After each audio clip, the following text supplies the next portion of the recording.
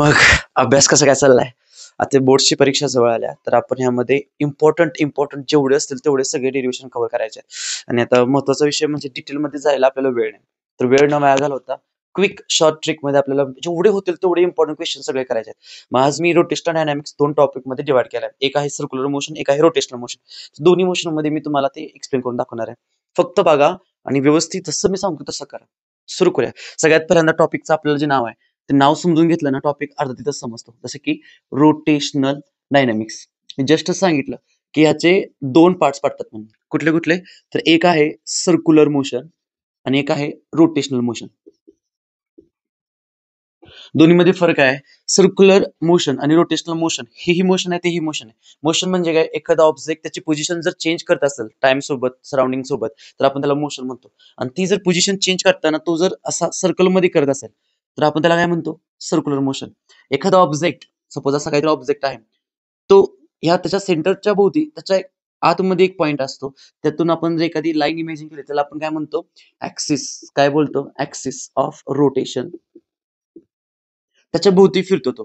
त्याला आपण काय म्हणतो? रोटेशनल मोशन म्हणतो. इन शॉर्ट मध्ये पृथ्वी स्वतःभोवती जी फिरते त्याला म्हणायचं रोटेशनल मोशन आणि पृथ्वी जी सूर्याभोवती फिरते त्याला म्हणायचं सर्क्युलर मोशन. सर्क्युलर मोशन मध्ये ज्याच्या भोवती फिरत्या तो पॉइंट ऑब्जेक्टच्या कुठं असतो. सपोज ही पृथ्वी आहे आपली अशी आणि हा सूर्य आहे. तर सूर्याच्या भोवती ही पृथ्वी फिरत्या तो पॉइंट आउटसाइड आहे. सर्क्युलर मोशन मध्ये मेन डिफरन्स काय आहे की ज्या पॉइंटच्या भोवती आपण ऑब्जेक्ट रिव्हॉल्युशन करतोय तो पॉइंट कुठं आहे? आउटसाइड द ऑब्जेक्ट आहे. तो पॉइंट कुठं आहे? आउटसाइड द ऑब्जेक्ट आहे. आणि रोटेशनल मोशन मध्ये ज्याच्या भोवती आपण फिरणार आहे जी की आहे ऍक्सिस ऑफ रोटेशन ती कुठं आहे? Inside the object. Inside the object. मग आपण इथं सगळ्या ज्या असं गाड्या वगैरे जे बघणार आहे ते सगळा पार्ट आपण सर्क्युलर मोशन मध्ये बघणार आहे. आणि जर इथं मुवमेंट ऑफ इनर्शिया, टॉर्क वगैरे जे जे लागणार आहे ते सगळं रोटेशनल मध्ये बघणार आहे. सो पहिल्या पार्ट मध्ये आपण इम्पॉर्टंट डेरिव्हेशन सर्क्युलर मोशनचे बघायचे आणि त्यामध्ये तुम्हाला व्हेकल, परत स्ट्रिंग, वर्टिकल वगैरे वगैरे असे मोशन बघायचे. तर सगळ्यात पहिल्यांदा बघूया without wasting time circular motion आणि त्याचे कॅरेक्टरिस्टिक्स बघूया. सर्क्युलर मोशन म्हणजे काय असतं? आता हे एक प्रकारचं मोशन आहे, हे तुम्हाला कळेल. आता हे जे मोशन आहे ते कुठं आहे? म्हणजे एखादा ऑब्जेक्ट आहे इथं, तो ऑब्जेक्ट असा गोल फिरतोय म्हणजे तो मोशन करतोय अलॉंग सर्क्युलर ऑर्बिट. त्याला आपण काय म्हणतो? Circular motion. मग आपल्याला सर्क्युलर मोशनची डेफिनेशन झाली. सर्क्युलर मोशनची डेफिनेशन झाली. काय आहे हे? मोशन आहे कुणाचं? Of an object. इंग्लिशचा पेपर झालाय ना, ओ साठी एन वापरतो आपण. An of an object along. कुठं आहे अलॉंग? सर्कम्फरन्स ऑफ सर्कल किंवा along circular path is known as is known as circular motion is known as circular motion. बघा महत्वाचं घ्यायचं आहे, सगळं करत बसलं आपला वेळ नाही. आणि याच्यासाठी 1 मार्काचा अजून एक प्रश्न पडतो, तो काय असतो? Characteristics of circular motion. तर बघा जरा फास्ट लिहितोय मी, तुम्ही जरा स्पेलिंग्स वगैरे बघून घ्या. सर्क्युलर मोशन मध्ये 2 पॉइंट आहेत. काय आहेत? एक आहे ऍक्सेलरेटेड मोशन. असं का बोललो मी? कारण मोठं स्पेलिंग तुम्ही छोटे छोटे केलं तर तुम्हाला व्यवस्थित लिहिता येतं. ऍक्सेलरेटेड मोशन.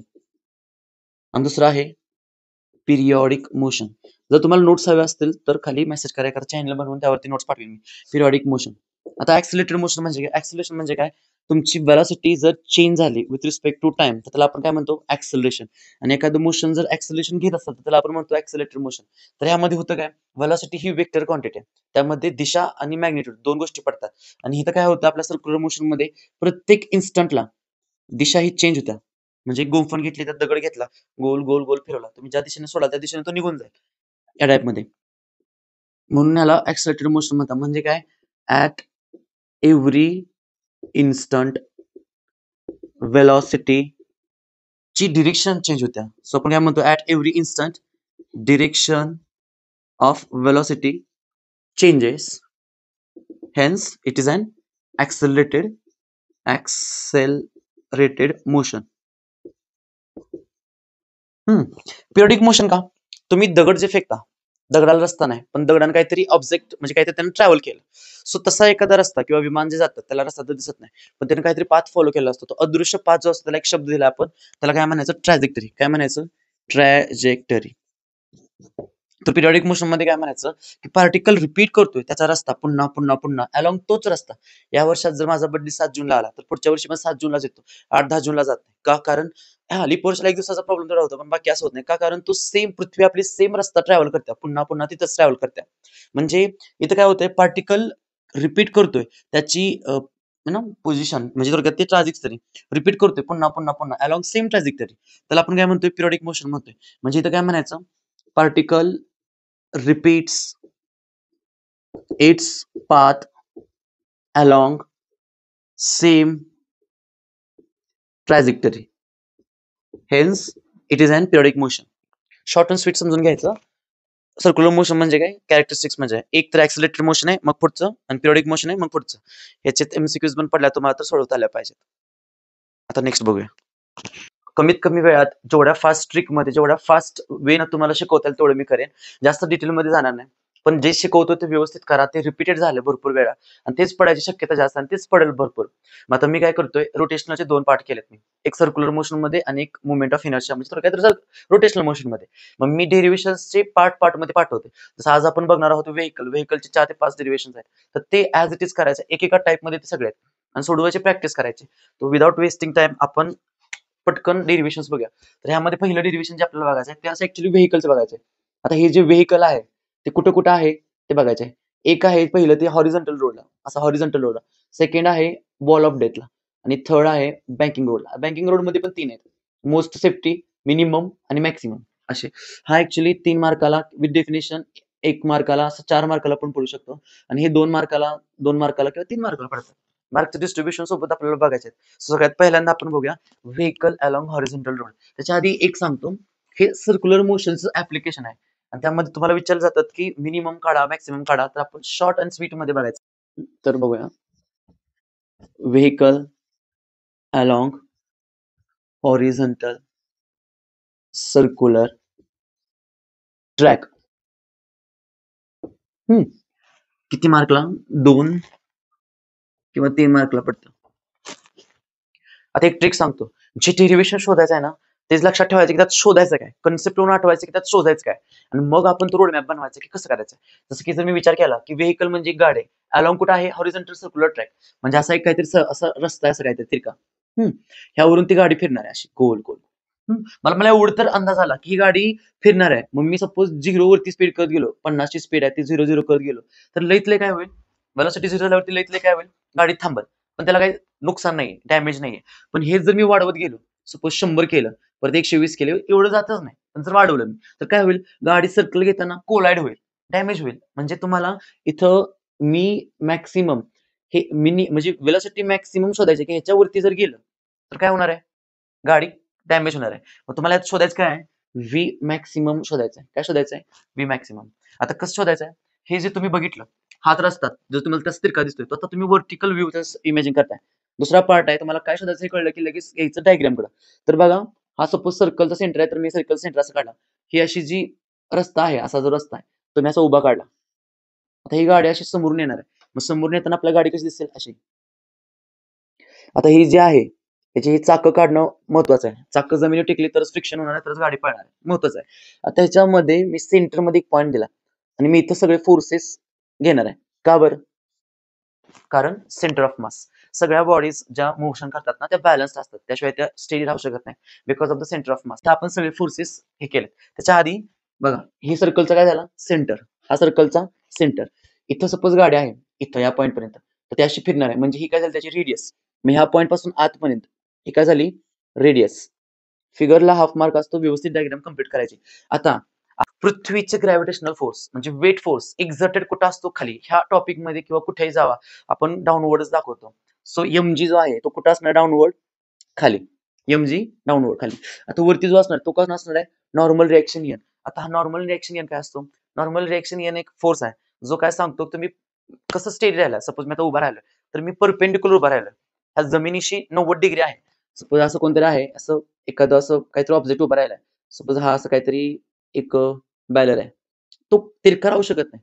तो कसा राहणार, त्याचा एरिया वेक्टर कसा राहणार, परपेंडिक्युलर राहणार. कोणाशी, ह्या जमिनीशी, असं.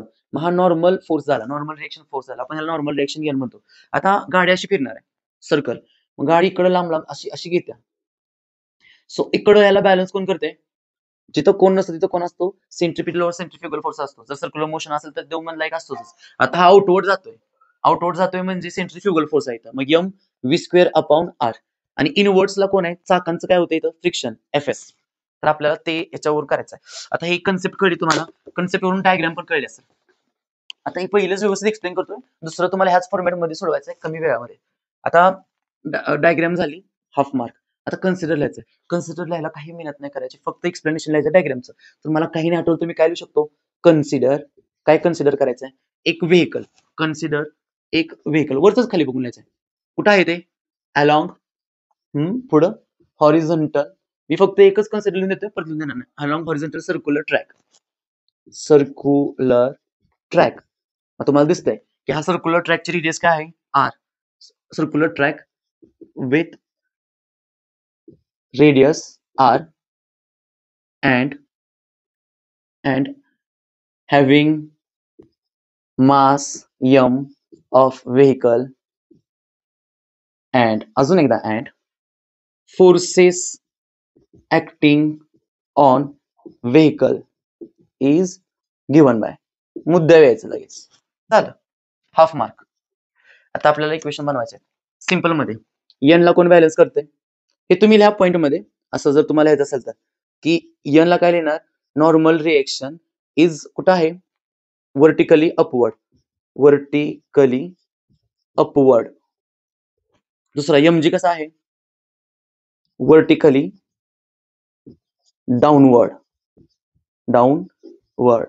म्हणजे तुम्हाला एवढं तरी कळलं की हे दोघं एकमेकाला बॅलन्स करतात. सीसॉवरती बघा तुम्ही, सीसॉवरती कसं असतं? इथं असं जर मध्ये नाही का असं इकडं 50 किलो असेल, इकडं 50 किलो असेल तरच ते बॅलन्स राहतं. किंवा तुम्ही तराजूमध्ये बघता त्या टाईप मध्ये इक्वेशन असतात, ज्याला तुम्हाला दिसेल ना असं. mg ला कोण बॅलन्स करते? n. fs ला कोण बॅलन्स करते? mv square upon R. mg is equal to n. Equation 1. दुसरं आता mg घेतलं तर मी इथं पण घेणार m v square upon R is equal to fs. Equation 2. आता फ्रिक्शनचा एक फॉर्म्युला आहे जो रिलेटेड आहे कशाच तरी, आणि त्याला लक्षात ठेवायची एक ट्रिक आहे माझ्याकडे. फ्रिक्शनचा फॉर्म्युला आहे fs is equal to mu S N असा. आणि ट्रिक काय आहे? fun. फन. फन मध्ये हे दोन जे आहेत एफ चे दोन ते इज इक्वल टू मध्ये द्यायचे. ह्याला एफ एस करायचं, यू ला म्यू एस करायचं. F S is equal to mu S. पुढे पण लागणार आहे, त्याच्या पुढे पण लागणार आहे. व्हेकलच्या सगळ्या ठिकाणी लागणार आहे, कारण जिथं टायर आले तिथं रोड सोबत घर्षण आलं, घर्षण आलं तिथं फ्रिक्शन आलं, फ्रिक्शन आलं तिथं फॉर्म्युला आला. मग लक्षात ठेवायचं. F S is equal to mu S is equal to N. आता एफ एस तुम्हाला माहिती आहे काय? M V square upon R. आणि एन माहिती आहे तुम्हाला एम जे. पुट करा. मग खाली म्हणायचं पुटिंग दिस व्हॅल्यूज. मग एफ एस जागी काय आहे? M V square upon R is equal to mu S as it is. आणि एनची व्हॅल्यू काय? M G. एम ला एम कॅन्सल, आर आणि राहिला इकडे, आर पलीकडे घालूया. इथं आपल्याला काय मिळते बघा, इथं व्ही स्क्वेअर राहिलाय, तो V square is equal to R पलीकडे गेला, मग पलीकडे आपल्याला काय मिळालं? Mu S R G. आता taking square root, V square जर आपण स्क्वेअर रूट घेतला तर काय मिळतो आपल्याला? व्ही मिळतो. आता इथं स्क्वेअर नाहीये म्हणजे सगळं जाणार अंडर रूट मध्ये. अंडर रूट मध्ये म्यू एस आर जी ही आपल्याला वेलोसिटी मिळाली मॅक्सिमम. इथं लिहायचं फ्रॉम 1 and 2. जरा बरं वाटतं, सुट्ट लिहायचं, व्यवस्थित लिहायचं. स्टेप्सला हाफ मार्क झालं, तुमचे टोटल 2 मार्क. समजलं का? समजायलाच पाहिजे. एक व्यवस्थित लिहून दिलं. इथून पुढे मी कन्सिडर लिहित बसणार नाही, डायरेक्ट तुम्हाला काय देणार? इक्वेशन्स आणि डेरिव्हेशन्स बस. लक्षात काय ठेवायचं? डायग्राम, फिगर वरून एक्सप्लेनेशन, हाफ मार्क. आणि खाली काय घ्यायचं आणि कसं सोडवायचं. तर पहिल्यांदा काय घ्यायचं? 2 इक्वेशन घ्यायचे, सोडवायचे, मिळून जाते आरामात. आता हे झालं की लगेच आपल्याला दुसरंही बघायचं. आता हे फॉर्म्युला लक्षात ठेवा. हॉरिझॉन्टल रोड असेल ना तर हे हॉरिझॉन्टल फॉर्म्युला येतोय, आणि उभा असला तर उभं कसं येतोय ते बघायचं. मग आता दुसरं बघायचं आपल्याला, दुसरं ऍप्लिकेशन. जर व्हेकल मौत के कुएं में होगा तो. आता म्हणा सर मौत का कुआ कुठून आणला? सिलेबस मधनं बघा. सिलेंडर शेप्ड मौत का कुआ असतो असा. ह्याच्यामध्ये एक मोटरसायकलिस्ट असतो जो आतमधून फिरणार आहे, आणि तो फिरत असतो. आता साहजिकची गोष्ट आहे, सपोज हा असा मौत का कुआ आहे, याच्यामध्ये व्हेकल असं फिरणार आहे गोल गोल गोल गोल. त्यानं जर वेलोसिटी त्याची कमी केली, म्हणजे सपोज वाढवत गेला तर काय नाही, जास्त सर्कल वाढणार आहेत तेवढं तो अतळी तरंगणार आहे, त्याच्यावरती फ्रिक्शन करणार आहे, त्याचं ते मोशन करणार आहे. पण जर तो कमी कमी होत गेला तर काय होणार आहे? एक टाइम असं येणार की ग्रॅव्हिटेशनल फील्ड आहे ना त्याच्यावरती ऍक्ट करणार आणि तो खाली पडणार. म्हणजे तुम्हाला ह्यामध्ये काय शोधायचंय? व्हेलॉसिटी शोधायची, पण कसली? Minimum velocity. मग हे जे डेरिव्हेशन आहे कुणाचं? वेल ऑर वॉल ऑफ डेथचं त्याच्यावरती क्वेश्चन पडतो हमखास तो नाही तर हा एक फिक्स पडणार वेल और वॉल ऑफ डेथ मधलं त्याच्यामध्ये काय शोधायचं तुम्हाला व्ही मिनिमम कमीत कमी व्हेलॉसिटी ह्याच्या आधी काय शोधलेलं व्ही मॅक्सिमम आता ह्याच्यात काय शोधायचंय व्ही मिनिमम आता कन्सिडर लिहित बसणार नाही कन्सिडर तुम्ही लिहा नसेल तर नोट्स साठी मला मेसेज करा किंवा आपण एखादा चॅनल स्टार्ट करून त्यावरती नोट्स तुम्हाला पाठवून देईन मी आता खाली बघा इथं मी एक पॉईंटला अजून केलं की इथं व्हेकल आहे एक कन्सिडर तुम्ही लिहिलं हाफ मार्क डायग्राम आता काढूया हाफ मार्क ही जी दिसते तुम्हाला इथं तुम्हाला फोर्सेस अलाइनमेंट करायचे आता बघा हा सर्कल आहे हा त्याचा सेंटर ही रेडियस त्याची काही नाही सांगितलं चालतंय आता मोटरसायकल असा फिरणार गोल गोल गोल मग त्रिकालवादी सत्य काय असणार आहे फ्रिक्शन हे कुठं आणलं अरे गाडी अशी आडवी आहे आडवी गाडी म्हणजे त्याचे चाक टेकलेत त्या भिंतीला त्या वॉल ऑफ डेथला बरोबर ना मग इथं फ्रिक्शन झालं आता सर्कल कसे होतात असे आडवे होते म्हणजे इकडे कोणतरी आहे आणि इकडे कोणतरी सर गाडी अशी उभी आहे ह्याच्यावरती म्हणजे ही अशी भिंत आहे आणि गाडी जी आहे मोटरसायकल जो चालवणार असा है ना तो असा उभा आहे मग थोडक्यात असा 90 डिग्री करतोय म्हणजे हे काय नॉर्मल डायरेक्शन इकडे आहे आणि सर्कल करतोय असं म्हणजे ह्याला बॅलन्स कोण करतंय M V square upon R म्हणजे ह्याला कोण बॅलन्स करतंय M V square upon R आपला M V square upon R centrifugal force difference करून जायचा सेंट्रिपिटल सेंट्रिफ्युगलचा फोर्स किंवा युसीएम नॉन युसीएमचा मिळाली इक्वेशन्स खट्ट आता जरा स्पीड घ्यायचं मस्तपैकी तर आता काय करायचं यांची इक्वेशन्स घेतल्या पहिल्यांदा फिगर लिहिली फिगर वरून कन्सिडर लिहिलं कन्सिडरला हाफ मार्क तर कन्सिडर मी लिहित बसत नाही इथं तुम्हाला कन्सिडर लिहिले असं मी कन्सिडर करतो कन्सिडर तुम्ही लिहिले consider a vehicle is driven in a wall of death with mass M now normal reaction is horizontally कुठले इथे तुमचे लेफ्ट साइड किंवा friction is upward M G is vertically downward friction is vertically upward असं लिहायचं consider मध्ये ट्रिकलचं explanation याचं जसं जमते तसं लिहा आता बघा फिगर हाफ मार्कचं कन्सिडर झालं आता ह्याच्यामध्ये इक्वेशन्स बनायचे आहेत पहिल्यांदा एमजी पासून सुरुवात करायचं धरती मा आहे ना माझी फेवरेट एमजी एमजी ला कोण बॅलन्स करते एफ एस लिहायचं M G is equal to F S equation 1 दुसरं M V square upon R ला कोण बॅलन्स करते एन लिहायचं M V square upon R is equal to N equation 2 आता इथे एक कंडिशन असते कुठली कंडिशन असते F S is less than or greater than mu S म्हणजे आता दोन टोकाचा अर्थ काय असतो की हे मोठं पाहिजे आणि हे छोटं पाहिजे ह्याला पण लक्षात ठेवायला एक ट्रिक आहे एक्सप्लेन डिटेल मध्ये नाही करत पण एक ट्रिक आहे बघा आपलं फन आपण मागाशी घेतलेलं तुम्हाला माहिती आहे याच्या पुढं 2 आहेत आता ह्याच्या पुढं 2 टोकं द्यायची आणि एक लाईन द्यायची एफ ला एफ एस यू ला म्यू एस झालं रिवाइंड करून बघा जर कळलं नसेल तर आता एफ एस चं इक्वेशन काय आहे एम जी एनचं काय आहे एम व्ही स्क्वेअर सो इथं म्हणायचं फ्रॉम 1 अँड 2 आणि टाका एफ एस ची व्हॅल्यू काय आहे एम जी एम जी ही चिन्ह ऍज इट इज ह्याला ट्रीट इक्वल टू सारखंच करायचं फक्त एक कंडिशन आहे आणि पुढं mu S as it is N ची व्हॅल्यू काय M V square upon R आता बघा एम ला एम कॅन्सल झाला इथं काय राहिला फक्त जी हे ऍज इट इज आर आला इकडं इथं डिवाइडला होता इथे गेला मल्टिप्लाय केला आता म्यू एस आहे इथं फक्त व्ही स्क्वेअर पाहिजे आपल्याला म्हणजे व्ही ऍक्च्युली पाहिजे मग म्यू एस ला पण इकडे आणला इथं मल्टिप्लायला इकडे आल्यावरती डिवाइड होईल खाली आता काय करायला लागणार आपल्याला taking square root square root घेतल्यावरती कसं बनते बघा बरं व्ही स्क्वेअरचा काय झाला व्ही झाला हे ऍज इट इज आता हे इज इक्वल टू होईल कंडिशन मधून बाहेरून आणि आर जी म्यूएस ला स्क्वेअर नाही म्हणजे जाणार अंडर रूट मध्ये काय झालं आर जी अपॉन म्यूएस हेच तुम्ही अलट पुलट लिहिलं तर V is equal to under root R G divided by mu S V minimum मिळालं बस half mark half mark half mark half mark अगदी वेगळ्या अगदी छोट्या स्टेप्स मध्ये होऊन जाते आता लक्षात कसं ठेवायचं की हॉरिझॉन्टल पडलं तर ते कसं हे पडलं तर कसं हॉरिझॉन्टलला मॅक्सिमम लक्षात ठेवायचं आणि वॉल ऑफ डेथला मिनिमम लक्षात ठेवायचं दोन्हीच्या व्हेलॉसिटी जे आहेत आता ही जी एक व्हेलॉसिटी आहे त्याचा एक फॉर्म्युला मिळाला आणि आपल्याला हॉरिझॉन्टलसाठी एक मिळाला काय मिळाला व्ही मॅक्सिममचा फॉर्म्युला काय मिळाला अंडर रूट आरजी बघा दोन्हीमध्ये पण अंडर रूट आरजी फक्त डायग्राम उभे असेल तर त्याला खालून डिवाइड करायचं म्यूएस आणि आडवे असेल तर अडवून बरोबर ना आता व्हेकलचे 2 डेरिव्हेशन संपलेत आता बँकिंग ऑफ फ्रॉडला बघूया हे बघा